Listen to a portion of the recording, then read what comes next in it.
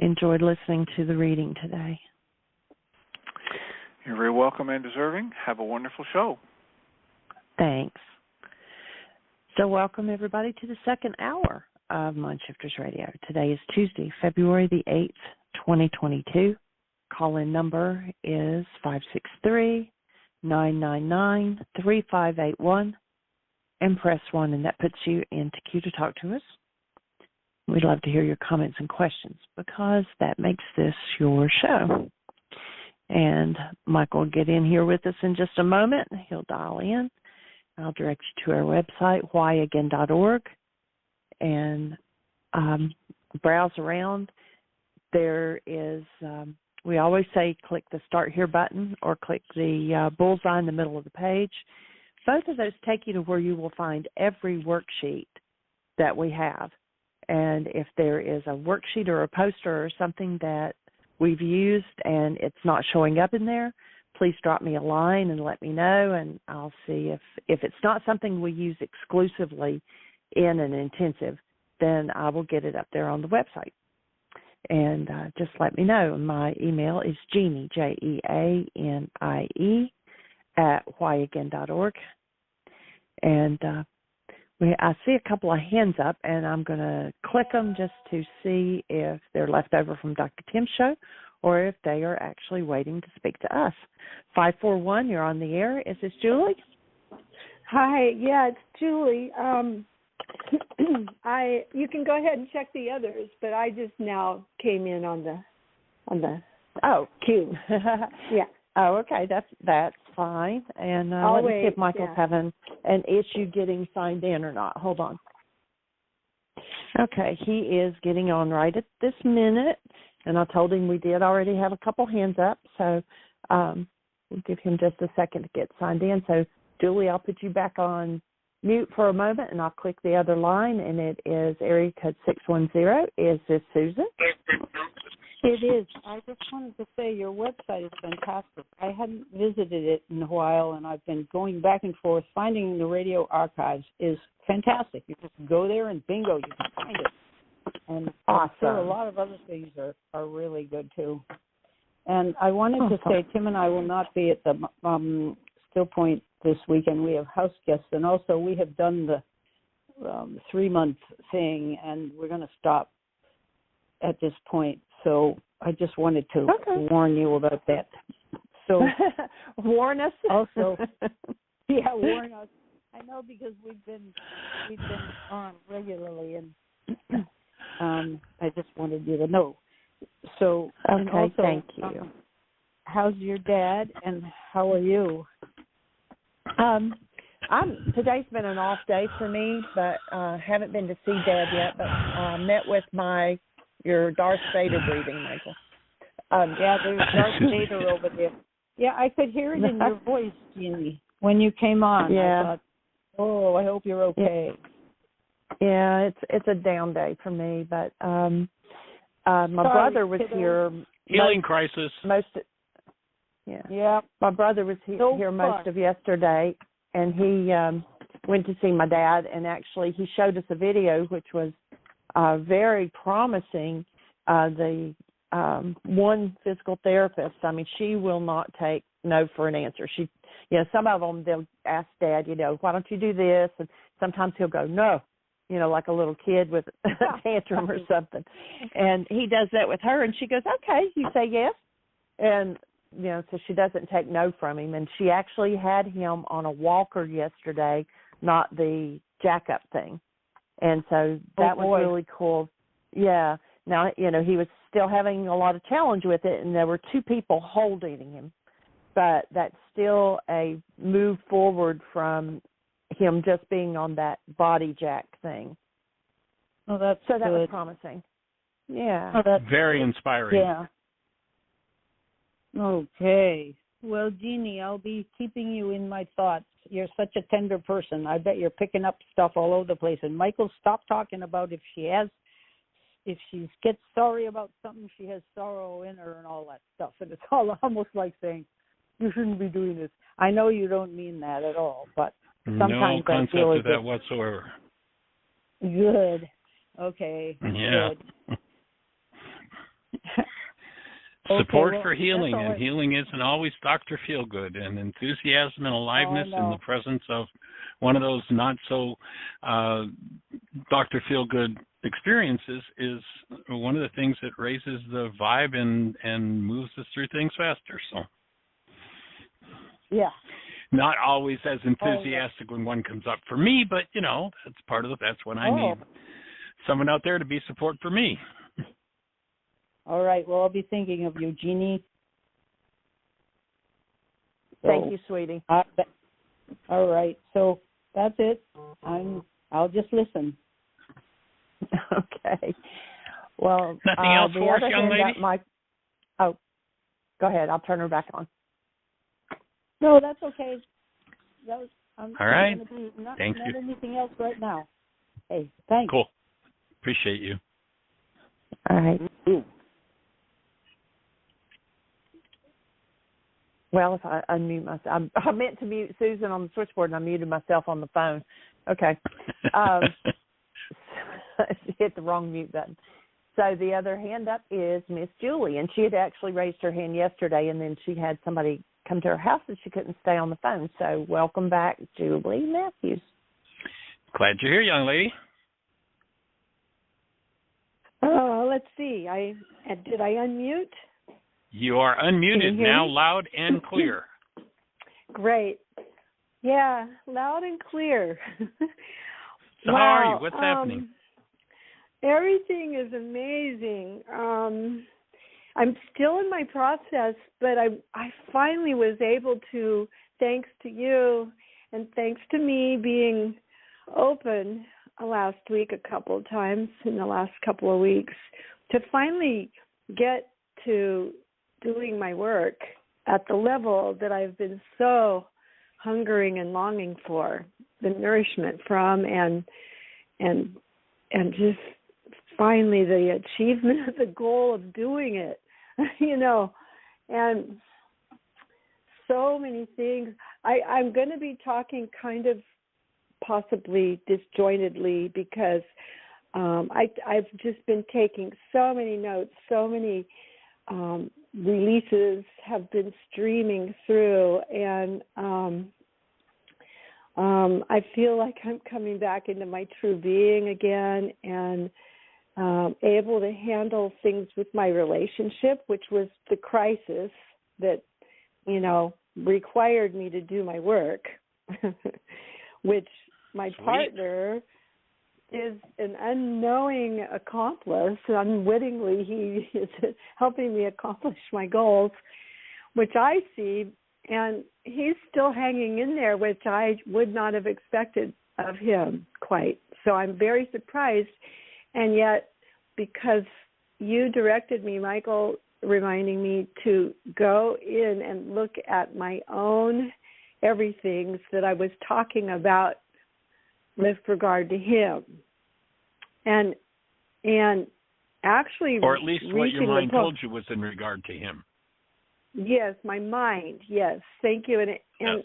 I reached the point of being able to turn that around, and I'm seeing everything so differently. But the main thing, I guess, that helped initiate it was that I was trying to blame him and see him as cause, and wanting him to take away the pain and responsibility for my interfering energies in my own mind. And notice that's the very definition of denial. Yes. When I think or speak, or I'm focused on something outside of me as a cause of something that's moving inside of me, I'm in denial. And that's the inhibitor of healing. And when you choose to focus on the truth inside, when you honor truth deeply enough and you focus on the truth inside, that's when you can grab those little suckers by the neck and throw them out. Yeah, and the willingness. Yeah. Pardon? Willingness. Willingness, yes. Willingly. Yes. Yeah, and and I mean, I did re-listen to a lot of the last many recent radio shows, And one of the suggestions you made to me was to go back into the codependence intensive that I did a couple years ago online with you, and many others did also. And so the first thing that I came across really was the Vimeo of Magda and Chuck doing their responsibility communication. Perfect. And that helped so much. I was actually in that a lot myself, asking questions. That was a and powerful session, wasn't it? Yeah, and so for me to hear that powerful. again finally and get around to it, see that this is the thing, to finally just give my attention and my care to myself. And so I got so much out of that, and oh my God, so opening. This is all so real when you really are there with it. So healing crises are not bad. There's just that overcoming the unwillingness and just saying, I have to surrender to this. It's time. Otherwise, I get to write the book, Why is this happening to me, or why am I doing this to myself again? It's so true. Oh, thank you for saying that, because that reminds me, one of the things I did come up against was looking, which you did suggest, I came up against looking at the patterns in my mother's life. And these energies were coming from her, the despair of not knowing what to do, not having the tools. And every time I say I don't know what to do, I know I have the tools. So I really can't fool myself this time, and for my generational background with all my family. And so it's an interesting perspective to have. And I was able to basically cry like a baby, which was similar to, I recognized the energies of when I was a baby, and I had to brace myself for all the energies that were going on around me. Mm-hmm. And so what I feel like I'm doing now is coming out of the coping mechanisms and actually taking back my life. And nice. And just really seeing the patterns that developed in my life, like the 4 days of punishment in my room, my bedroom. Right. It wasn't a horrible punishment, and so I was looking at. It had its effects, but now that I'm seeing them, I'm overcoming them. And to a young child. Of them. Mm-hmm. To a young child, the slightest punishment is horrible. You're right. It's kind of like a newborn child comes from the womb, and they have skin that's never been touched, and the doctor, the nurse, mm-hmm. grabs this child by the feet, yanks its spine straight by turning it upside down. Remember, its spine has been in this curved position for 9 months, and getting more and more pressure on that curve. It's straightened out, and the skin is probably as sensitive as maybe something like a first-degree burn, third-degree burn. And the child is grabbed and turned upside down and then slapped. That's a horrible assault to delicate flesh that's never been touched before. And the equivalent of that in the psyche of the child, this delicate psyche that is in the experience of itself as present love, and that pattern of present love is interrupted by an assault. And even if the assault is just a disapproving look from the parent that sends the child to their room, this parent, remember we talked about the power person dynamic, this parent is life itself to the child. Yes. And, we look at it today and say, well, that wasn't really any big deal. But to the child who was that tender, it's a very big deal. It's a big dent in the psyche that in order to get back to our normal state has to be hammered out, has to be processed through. And you identified very well, the power person dynamic, where you absorbed all the energetic dynamics, as you said, that were going on around you. The tender psyche of the child that relies on these two people who are enraged with each other, who are projecting, perhaps screaming, yelling, maybe down to hitting. That's an horrendous energetic assault to the child. Even in the womb, I think I got in touch with it. Oh, absolutely. Yeah, because if I'm healing something in my generational background, it was there when my mom was pregnant, and so I, and then there are all these tests of babies responding to music and everything, all kinds of sounds and things. So I just and if mom didn't want a baby, that not wanting, like you don't have a place in my body kind of energy is another horrendous assault to a child that's supposed to be coming into a welcoming, warm, caring, cherishing, nurturing space that they're going to be matured, they're going to be supported and nurtured in until they reach the maturity where they go off and create their own lives. They're designed, and one of the things they've shown in research is that when a child, due to a violent environment, grows street smarts, you get kids who are brought up in an attacking, horrendous environment. Man, they know how to survive on the street. But rarely do they rise intellectually, emotionally, relationally, and with intelligence do they rise to the level of their potential, because the child is designed to be in that nurturing space that whole time, developing the potential that's there. And if their energy is going into survival rather than developing, there's a whole lot that's lost. And that's something to be recouped and recovered as one engages in the healing process.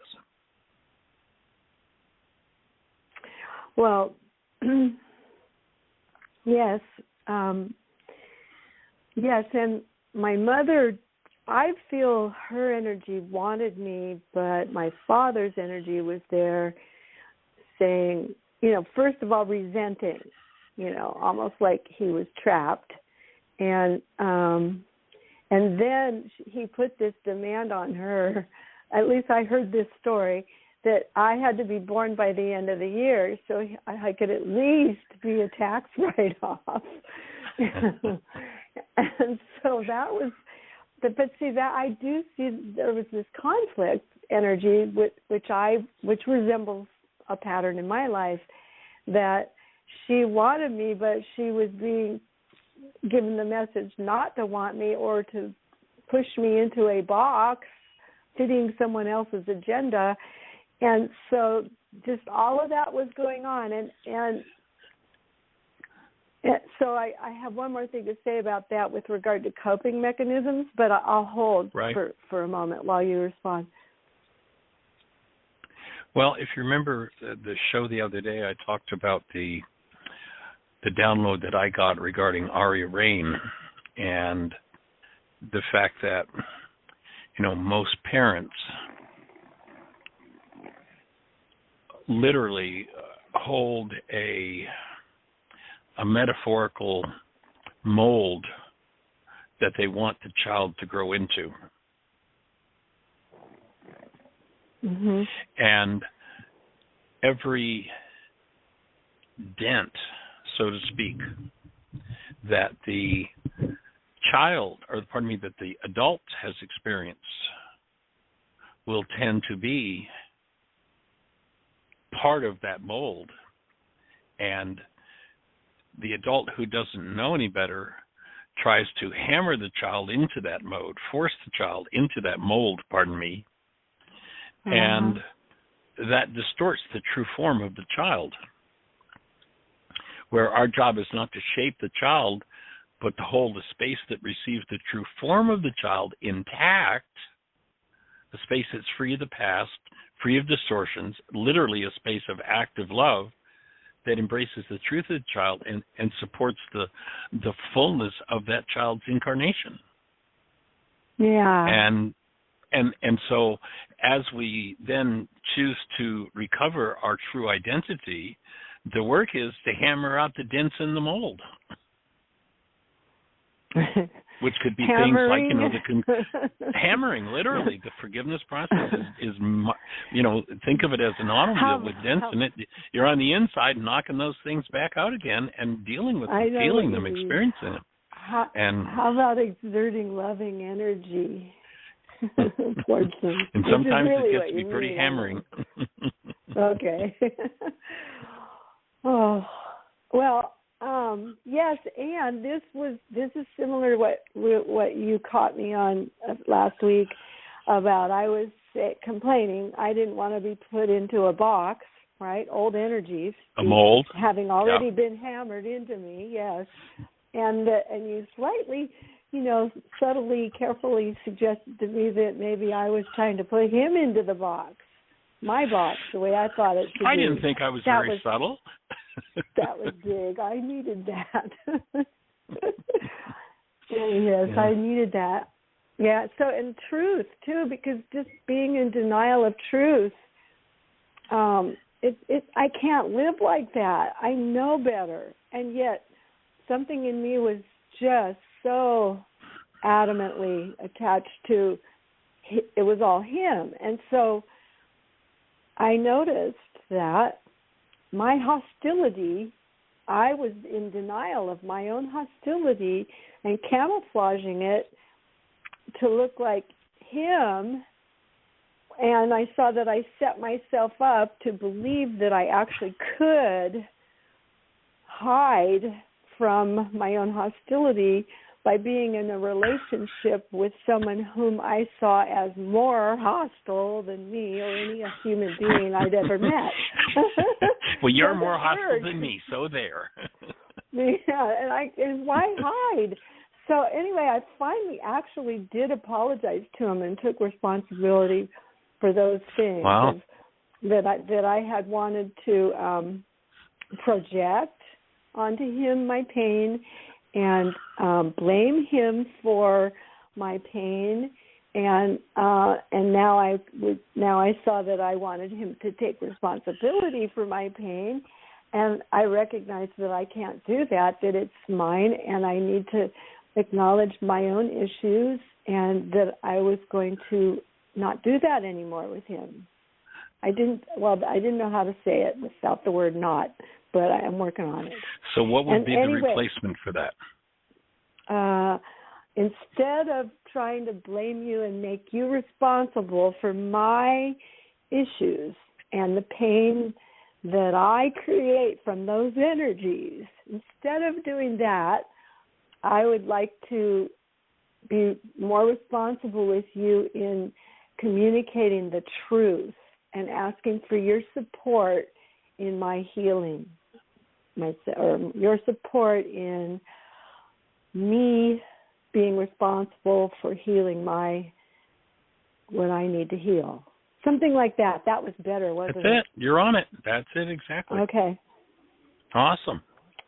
And so I also wanted to say, okay, I tended to blame him for being a narcissist. And that's a label, and I know that. And I had heard, from him that his father was a narcissist, and everybody, I guess, knew that in the family. And so that's interesting to me that there's that awareness in him. But again, I was hiding my own narcissism behind his, what I thought he would let me hide from, because he doesn't work that way. His consciousness doesn't work that way. So I couldn't hide, and that's good.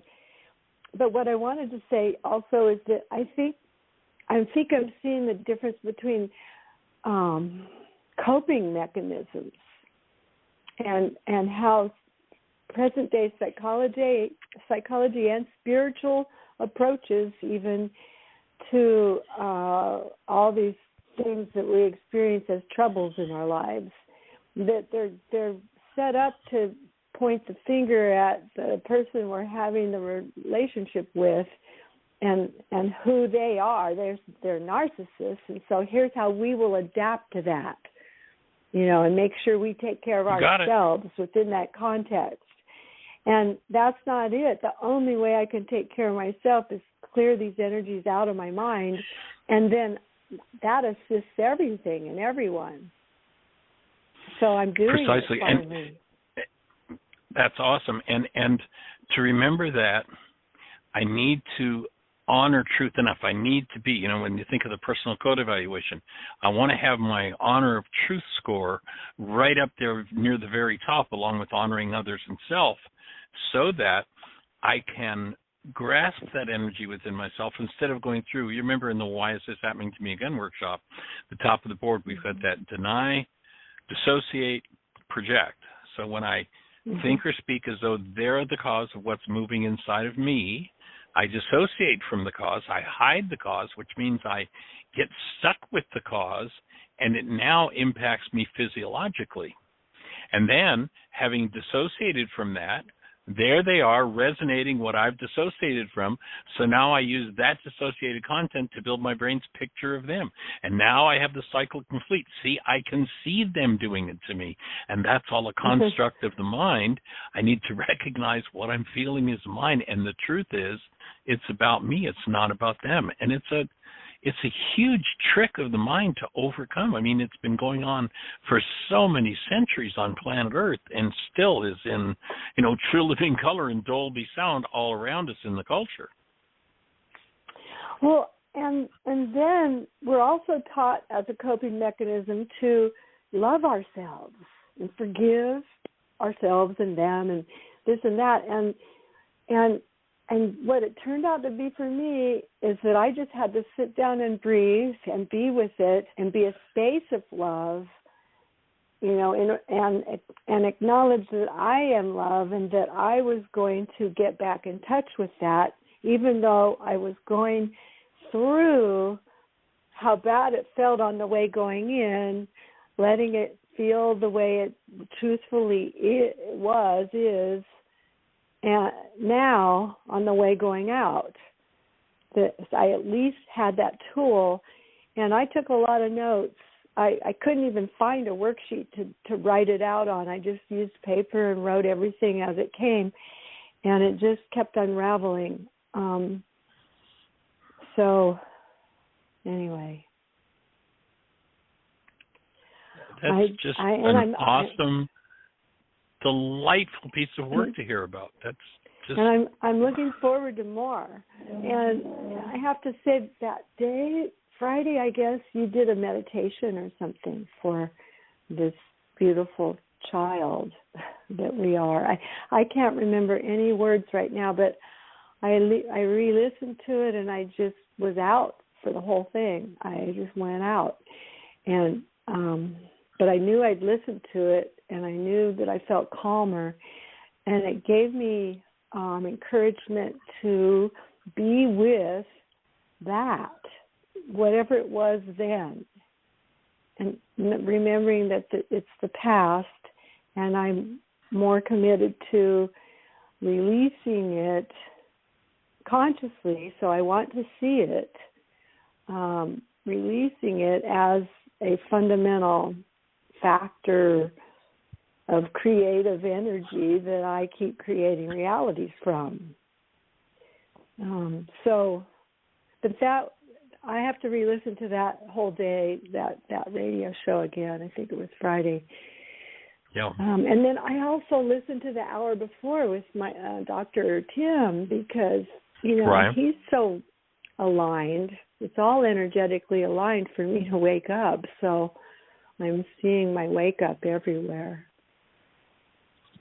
And remember that. Great.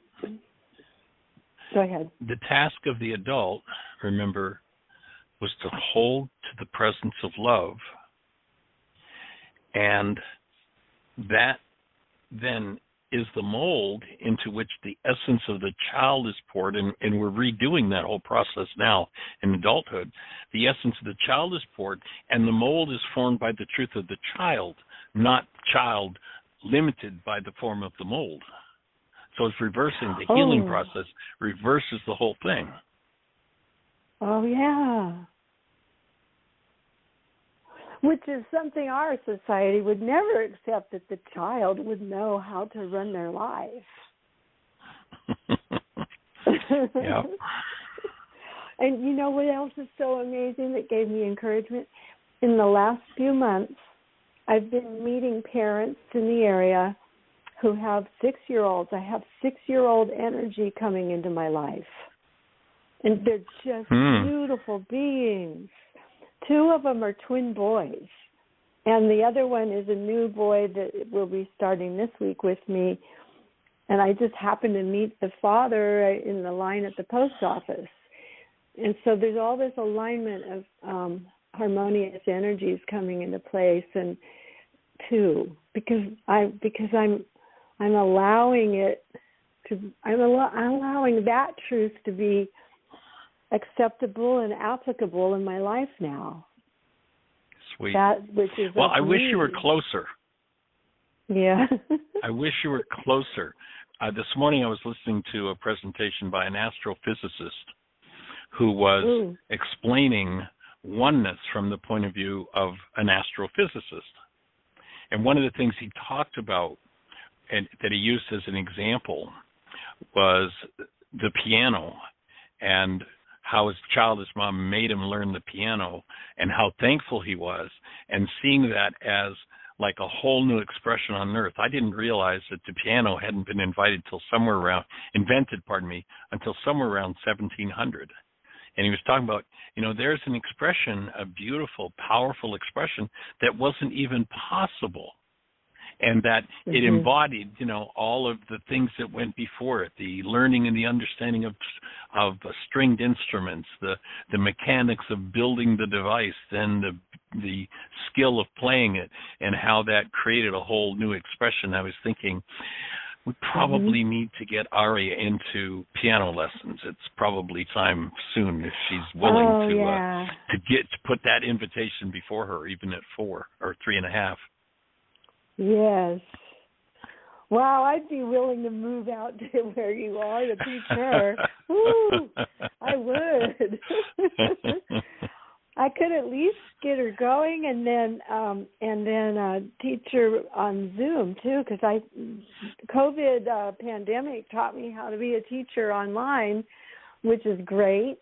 I overcame some of my whatever I needed to learn. Right. So, I would love to. I felt that about her from the very beginning. So there's a lot of joy there. That's cool. Well, maybe at some point we can set up a Zoom session and she can sit in front of the piano and just hear some thoughts. And again, if she's willing, if it's something, basically what we do is we put things before her, many things, and the one she's ready for, like, one we've talked about a lot is anatomy and physiology. I mean, she just is voracious in consuming information about anatomy and physiology. She enjoyed the movie The Big Red Dog. Her parents took her to see it. So he said, well, do you want to watch this? No, I want to watch about the body. I want to watch Dr. Bynock. So she's very, and yesterday, so we put things before her. Go ahead, sweetie. Yesterday was the first day that she was interested in learning to write. We've attempted to get her to write letters and things like that. And yesterday was the first day, and she spent about 30 minutes with it. And I actually got her to spell the letters of her name. It was really cute. I mean, they didn't, they weren't perfect letters or anything like that, but it was really sweet. So. Weren't you doing Valentine's? I think I remember you That's said. what we were. I was attempting to get her to sign the Valentine cards, and we did, cute. Feet and hands on the Valentines, and then I was, wanting her to sign her name on them, and so that was where that came in.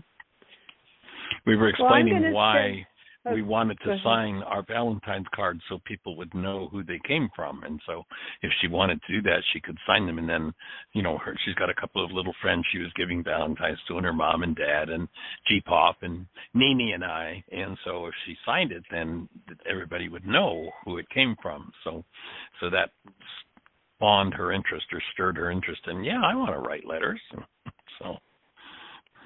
Well, I'm going to send you guys a picture of my piano because I'm so lucky. I have this piano that it's an upright piano. It's made by Yamaha, and it has a clear plexiglass case in the vertical position so that you can see inside the piano while it's operating, while you're playing it. Oh, really? So that's cool. You can see all the hammers and everything hitting and moving, and these two twin boys are like so fascinated by it, and I'm telling them that this came way before anything electronic, and I might mention to you guys that did you buy a piano? Or you have a keyboard, or what do you have? We have an upright piano here in the house that's been here for years. It was my mom. A real one.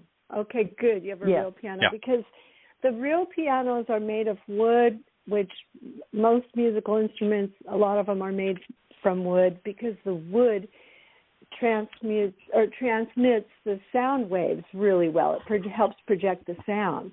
But also you feel the aliveness of the piano. When your hands touch and play, your foot is on the pedal, you feel the vibration go through your whole body, and so you feel that aliveness, that alive energy, and it's just this beautiful relationship of your energy with the instrument's energy. And so I recommend those real pianos, because the plastic pianos, the keyboards are made out of plastic, and no matter how gadgety and gimmicky and fascinating they are, yes, it's a dull touch.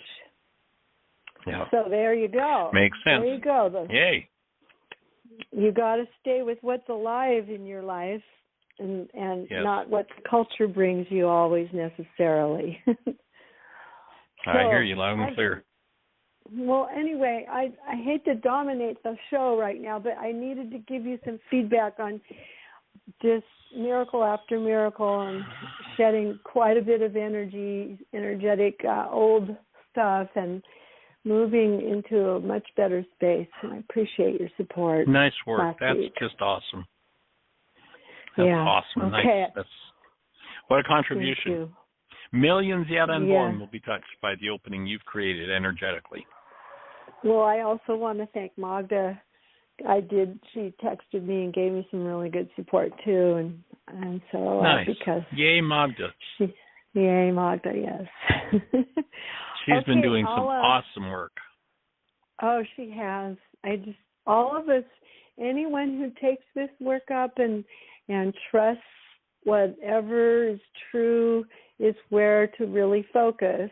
Because I've been many years of, I could judge it as not doing the work, and I hear people on the show sometimes saying they're not doing it right or good enough, and it's just like, so there's always a glimpse of something good that comes from doing the work, and it keeps building until the reality is much stronger than the old realities.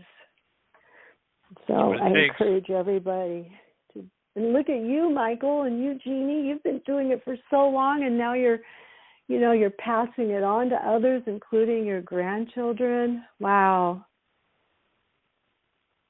It's so beautiful to see unfold.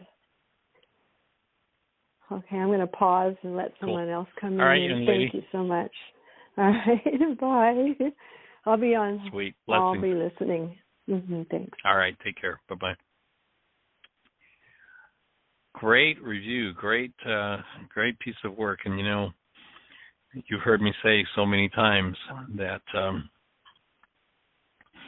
for someone to move out of the inertia-bound understandings of the culture into what's really conceivable and possible with this work takes 5 to 10 years of serious engagement.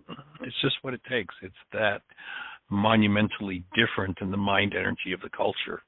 And as long as we refuse to face and process out the mind energy of the culture, then the inertia of that will tend to keep dragging us along with it.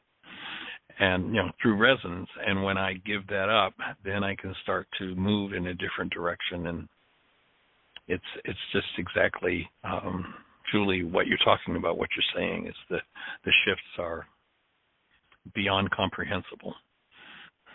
And, the lows that you have to delve into, which you were delving into last week, are part of the process. It's not Dr. Feelgood, and to me, that's one of the reasons for support. You look at that story of Yeshua and the woman who knew that if she could touch the hem of his garment, which didn't mean she could touch cloth that he was wearing, but rather step into an empowered energy field which he carried, that she would be uplifted in her process.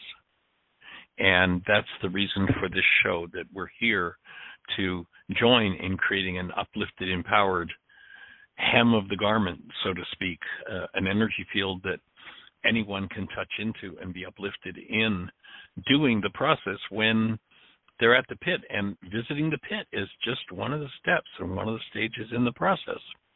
It's the one that most people don't want to go to, but when I'm willing to take responsibility and own, and that to me, Julie, is the major shift that you made. Instead of I'm in the blame game, I'm denying ownership for what's going on inside of me, I'm dissociating from its cause, and I'm projecting it, and I can talk about everybody else and something outside of me being cause. But when I really step into responsibility communication, when I really own that, and I want to acknowledge Magda and Chuck for the awesome work that they did in that communication section in the Codependence to Interdependence Intensive, because it was very inspiring, and in fact so inspiring that the communication worksheet had actually been established. I've been using the same one verbatim for more than 15 years. And that session, thank you again, Magda, because of your querying mind and your willingness and the work you had done with the communication tool over the years, opened the space. And I'm actually still working on the renovation of that worksheet. It's up to 3 pages, and it looks like it might end up being 4 by the time I'm finished it. So major shift and change from that one session with you, Magda and Chuck. So thank you both. It was powerful and empowering. So we've got about, 17 or 18 minutes left. So if you're out there in listener land, how can we support you? What's on your mind? Our call-in number, if you're on one of those stations where we cannot see you, is 563-999-3581. If you call that number, you'll be listening to the show. And then if you have a question, a thought, something to share, push 1, raise his hand in the control panel, and Jeannie will see that you want to talk to us and introduce you by your area code. So if you're out there in listener land, and we had just had this conversation, Jeannie and Julie, myself, been on a platform, and we stepped down. What would you be walking over to Julie and saying to her? What would you be walking over to Jeannie or to myself and saying about this conversation? That's the purpose of this show. Your questioning mind is a major contribution that can take us into areas that we've never thought of going. And when you open that gate, it's a gift for everyone in the community. So push 1. Let's have a conversation. How can we support you? 563-999-3581. Every time I say the phone number, I think about the early days with Aria in the background when she learned the phone number, and Jeannie would be giving it, and Aria would pipe up with 999. So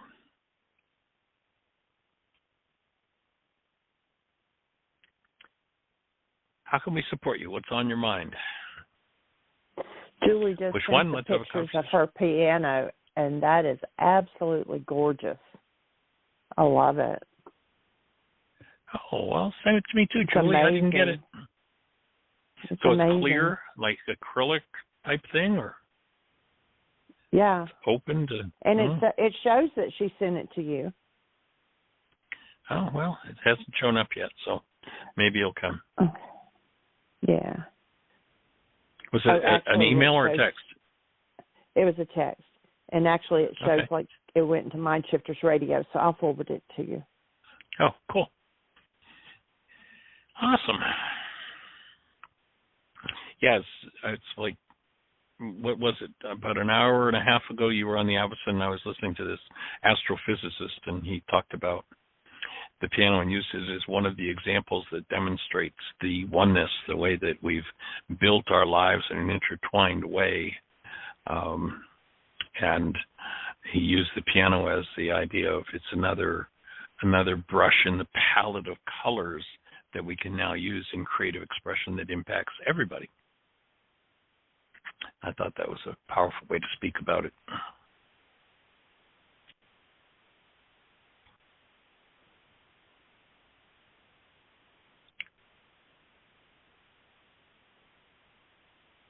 Wow, very cool.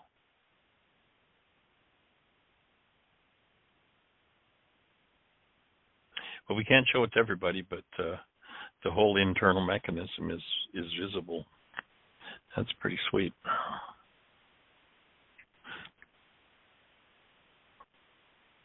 Awesome.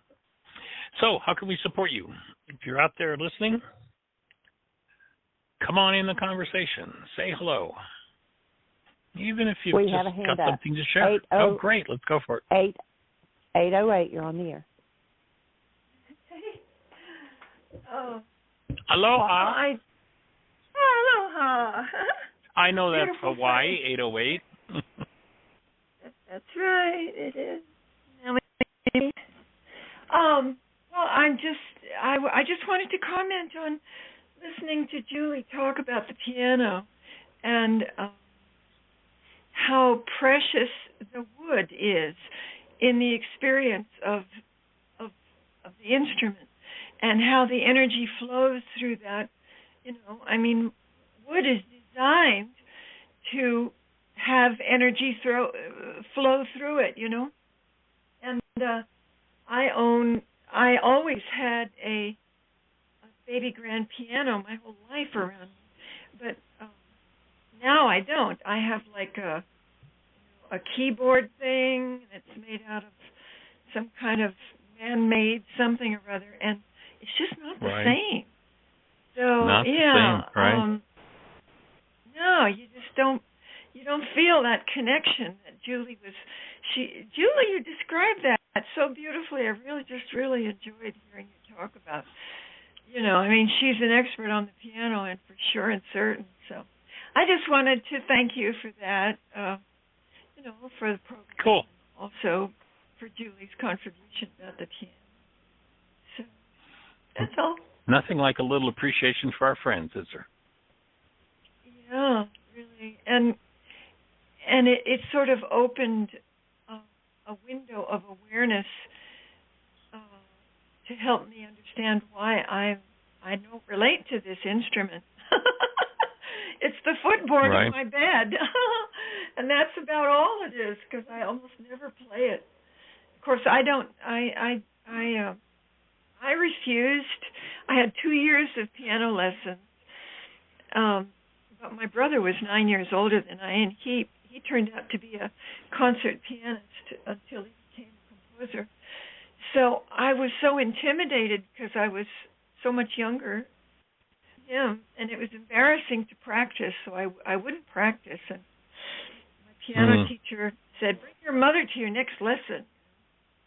So I brought my mother, and she said, "Mrs. Tenney, your daughter won't practice. I can't teach her." So that's what happened to my piano experience. But I've always treasured it because as a singer, you really need the piano to interact with, and so very precious thing. So anyway, cool, sweet.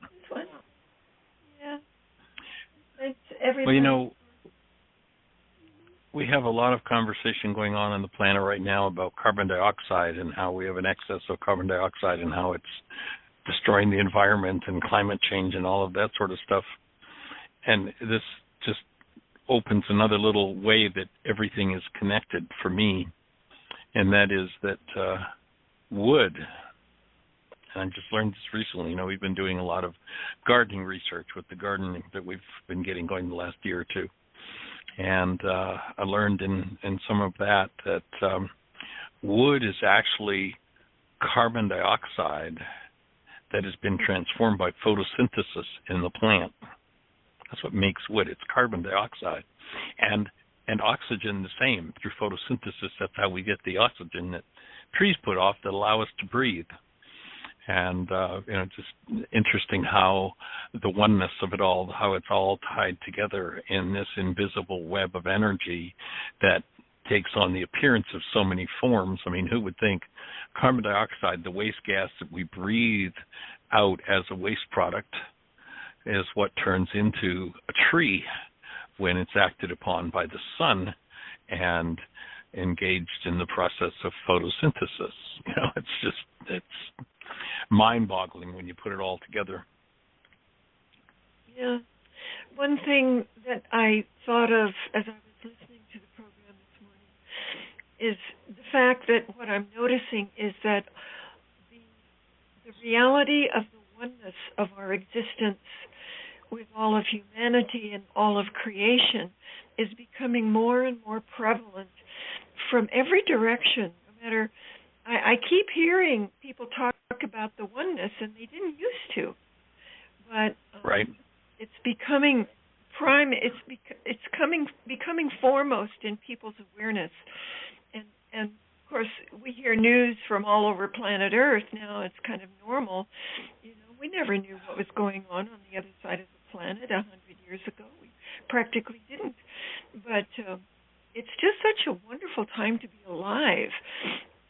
And the possibility. Absolutely. I don't know what the possibilities are, but I can feel them vibrating with excitement in my heart when I think about the possibilities of what we can, of where we're going.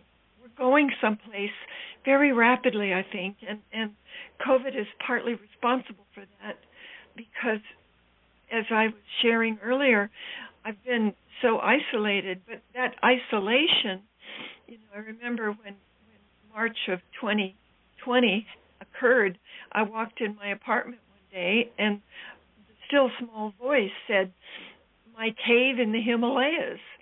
And that's basically where I've been all this time,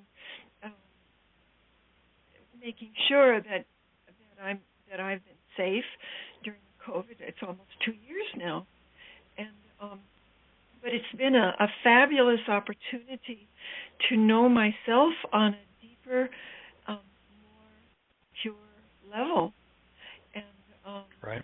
And I'm sure it's true for all of us. Sometimes we don't even have to be aware of it, but it can be going on. That our relationship to ourselves is deepening, and I don't know. I just think it's a really exciting time to be alive. It absolutely is. You might want to just go on YouTube and search for the title "Everything is Connected" by Tom Chi, Tomchi. Everything is connected. This is the astrophysicist I was talking about. He brings up the piano, but he really ties together the whole creation from and proves oneness from the point of view of a guy who's an astrophysicist. So it's just an interesting, different slant on the conversation, and a powerful one. And how did you spell his last name? Chi. It's like the Oriental idea of chi, Tom Chi. Everything is connected. Oh, I see. Oh, that's great. It's a TED Talk.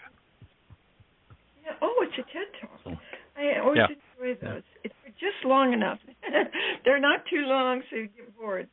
But I'm a retired divine science minister, and I just am realizing I'm particularly madly in love with the principle of oneness, and because that's sort of the basic spine of the divine science movement, is that awareness. So I just realized that.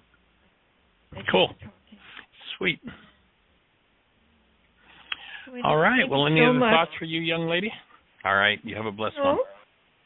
Just gratitude. Thank you very much. All right. Joining you in gratitude. Okay. All right. Take care. Aloha, Bye-bye. everybody. Aloha. Okay. How sweet it is.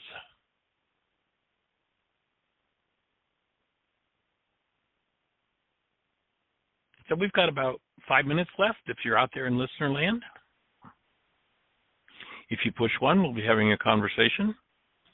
And if you don't push 1, if nobody's going to push 1, then I'm just going to say that, if you're not doing your forgiveness work, if you haven't engaged the forgiveness tools yet, we invite you to go to our website, www.whyagain.org, and there you'll find a link where you can engage in and do the forgiveness process, the worksheet process, step by step, right there online, and then print it if you choose to keep it. Totally, completely private. You can go to your app store on your phone and put in the search term Heartland, H-A-R-T-L-A-N-D, Aramaic, A-R-A-M-A-I-C, forgiveness. You'll be looking at the world's only forgiveness app. You can download that free. It's a totally, completely private app with as few permissions as is possible to have an app work on a phone. That is, there's only one permission required. That is to allow the app to access the internet through the phone. And if you choose to print your worksheet at the end of it, then it'll ask you for permission to write it to your drive. Otherwise, there are no permissions required. We purposely made it as private as we possibly could so you could put in anything and trust that your information is safe and secure and only belongs to you. Beyond that, if you're interested in moving your work to the next level, we do have a Mind Shifters and Still Point Breathing workshop that will happen this Saturday starting at 10 o'clock Eastern Time. And if you are not registered for that and you'd like to participate, you could call myself or Jeannie, or you could drop Jeannie a note at Jeanie at whyagain.org. Put your phone number in there, and I'll be calling you to get set up to do it if you want to participate. And if you are a new participant, we will be sending you, as part of your registration, links to 2 different videos and an audio track that explain the process and the Mind Shifter tool in particular. And we'll encourage you to put Mind Shifter tool to work prior to the workshop, which will start on 10 o'clock Eastern Time on Saturday morning. And then on Tuesday evening at 7, we'll have a second session that will complete the Mind Shifters and Still Point Breathing workshop for this month. We're doing one weekend per month, and one Saturday and one Tuesday evening. So if you're interested in joining us, you could do that. And we have a year-long program. If you want to participate, you can sign up for a year, or you can do just one session, or you can do a package of 3 sessions. Also, if you're really ready to take it all to the next level, we have tied together the video work of 2 different codependence to interdependence communication practicum workshops that include 90 hours of Zoom video of live interactive workshops that we've done with 2 different groups of people. So all of the teaching is there from both intensives, and the workshops, Why Is This Happening to Me Again, on the Aramaic forgiveness process, Healing Through Relationships, Communication, Did You Hear What I Think I Said, and Codependence to Interdependence, as well as the Mind Shifters and Still Point Breathing. So if you're interested in doing a self-study of that intensive, that's also available, and you can pace yourself with that 90 hours of video. You might do it, in very short order if you're really ready to rock and roll, or you might spread it over a year or even 2. That's really dives deep into the communication process, why and how relationships function the way they do, and how the forgiveness process operates. And then there's a new codependence power person worksheet included in the workshop as well. So a new tool for awakening from the past. So if you're interested in participating in that, again, you can contact Jeannie or I if you have our phone numbers, or you're certainly welcome to drop Jeannie an email, JEANIE at whyagain.org, include your phone number, and I'll be giving you a call and we'll get it set up if you want to play. Other than that, we hold the space for you to have the best year yet of your eternal life. It's an awesome gift to give the world. The world needs it. You can give it. Thanks for being here. Blessings. And Julie, thank you for doing that level of work.